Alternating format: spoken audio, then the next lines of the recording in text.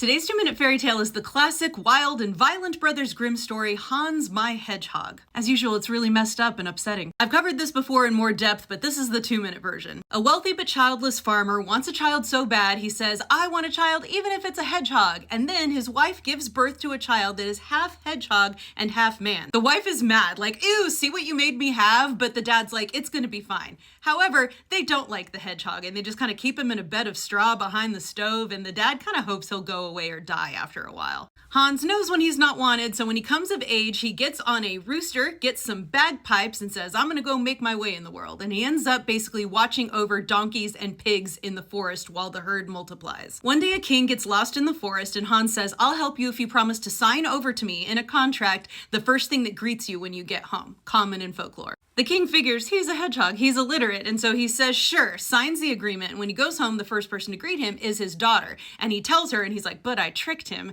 He can't read the contract, it really says he gets nothing. The daughter's like, haha, good one, father. Hans lets it go. For now. Another king gets lost in the forest, and when Hans helps him with the same proposition, this guy's honest and says sure, signs a real contract, and when he gets home, his daughter greets him and he's like, daughter, you're gonna have to marry this hedgehog now. She's like, whatever you say, father, I'm a dutiful daughter. But before he comes to claim her, Hans goes to wage war on the guy who cheated him. He approaches the castle, the king has his guards like shoot arrows at him, but he dodges them all, jumps over the wall, and he's like, give me your daughter or I'm gonna kill you all. And so the king says, daughter, go with him or you're gonna die.